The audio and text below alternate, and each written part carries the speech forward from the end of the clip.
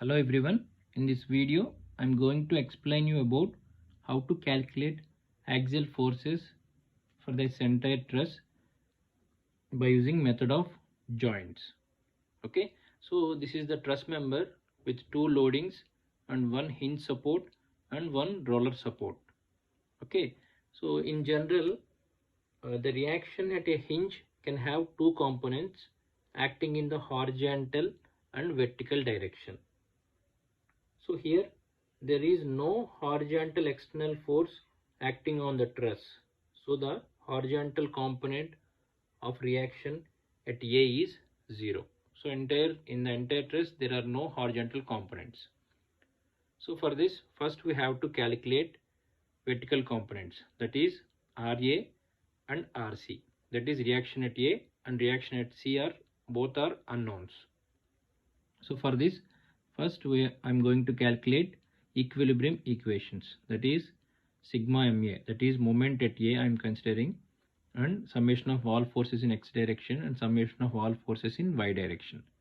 So here there are no horizontal components, that's why forces in x direction is 0. So first we have to calculate reaction at A and reaction at C. So for that I am taking moment at A, this is the equilibrium condition, moment at A is 0, summation means all directions, all forces, summation of moment at A is 0. So first we have to calculate moment at A. So moment formula is force into perpendicular distance. So here the force is 2000. So from here to here the force is acting like this. So the perpendicular distance for this force is 1.5. Why? Because from here to here it is 3 meters. So half of the distance is 1.5. So 2000, that is force into perpendicular distance 1.5. And this negative is, while we are considering the moment, this force is moving like this. So this is anti-clockwise direction. So I am considering anti-clockwise as negative. So minus 2000 into 1.5. And next one is same here, 4000. This is also anti-clockwise direction towards the moment A. So 4000 into perpendicular distance is, from here to here it is 3 meters and from here to here it is 1.5. Total 4.5. And negative is anti-clockwise. And here next one is RC reaction. So this is clockwise moment towards A. So RC into perpendicular distance, that is total 6 meters. So after calculating this equation I got RC value, the unknown RC value is 3500 newtons. So after that I have to calculate for this unknown RA value. This is y direction. So summation of all forces in y direction, that is RA. So when it comes to the Fx and Fy, we are considering upward as positive and downward as negative. So RA is positive because this is upward force, and RC also positive, upward force, and next y direction is, this is also in y direction but downward direction, negative. Same here, downward direction, negative. So RA plus RC, minus 2000 downward direction, minus 4000 downward direction. So why? Because I am considering this summation of all forces in y direction. That's why I am adding all the y direction forces. And next, summation of Fx equal to 0. Why? Because there are no horizontal components in this entire truss. So I got RA value as 2500. So after finding these two unknowns, we have to calculate, first we have to assume by inspection, marking or inspection, by assuming we are going to calculate the equilibrium of the joints.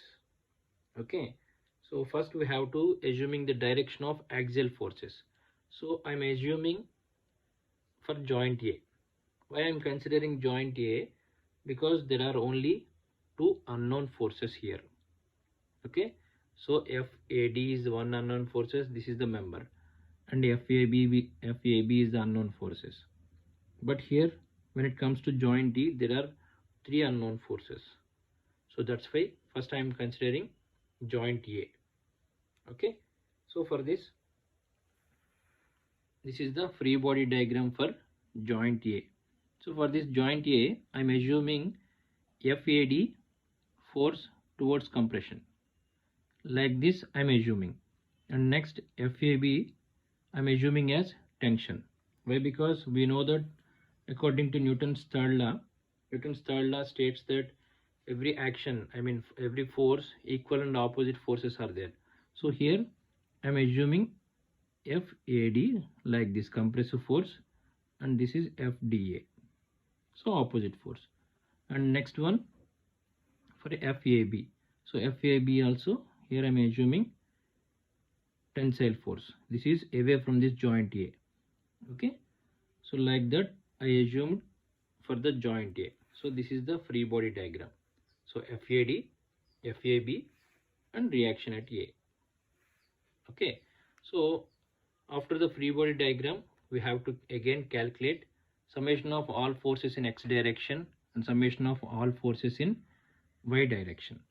Why I am calculating? So here there are two unknowns, that is FAD, force in AD member, and FAB, force in AB member. So for this we have to calculate this summation of Fx and summation of Fy. So now forces in x direction, that is x direction forces are FAB. So we know that, suppose consider this is an axis, this is a joint A. We know that right side direction is positive, left side direction is negative, and in y-axis upward is positive and downward is negative. So here FAB is right side, that is positive, and next here FAD, we have to resolve this force in x direction and in x direction. Why? Because I am considering forces in x direction. So for calculation purpose, this is the point is acting on the joint A, so I am extending this force like this. So this is FAD. So FAD, and here the opposite angles are similar, so 60 degrees. Okay, so we need to calculate the x direction. So FAD, I am resolving this force to here, so FAD into cos 60, but here I wrote minus. Why? Because this is left side force, so minus FAD cos 60. So I am considering this equation as 1. Okay, and next we have to calculate all forces in y direction. So now y direction forces are RA. So RA is upward, that is positive. And next, now I am going to resolving this force in y direction. We know that this total angle is 90 degrees. So already this one is 60 degrees. So remaining this one is 30 degrees. Okay. So here again I am going to resolving this force from here to here. So minus is y direction, that is downward, negative. And next the force is FAD. Here cos 30. Why? Because the force, for angle it is adjacent. This member is adjacent for this angle. So adjacent means nothing but cos. We know the formula, cos theta equal to adjacent side by hypotenuse. Okay, so here this is triangle. So here hypotenuse is FAD. So cos theta is 30 degrees. Adjacent side is this one, FAD, adjacent side. Sorry, hypotenuse is the FAD, and we have to calculate the adjacent side. So adjacent side is this one. So we don't know about the adjacent side, and hypotenuse is FAD. So adjacent side equal to FAD cos 30 degrees. So here FAD cos 30. So like that I wrote the same FAD cos 60 here also. So this is the minus. Why? Because this is downward direction. So after calculating these Fx and Fy value, I am going to writing the second equation, that is RA minus FAD cos 30. Here it is left hand side. I'm moving this from left hand side to right hand side. So minus become positive. So FAD cos 30 equal to RA. So FAD equal to RA by cos 30.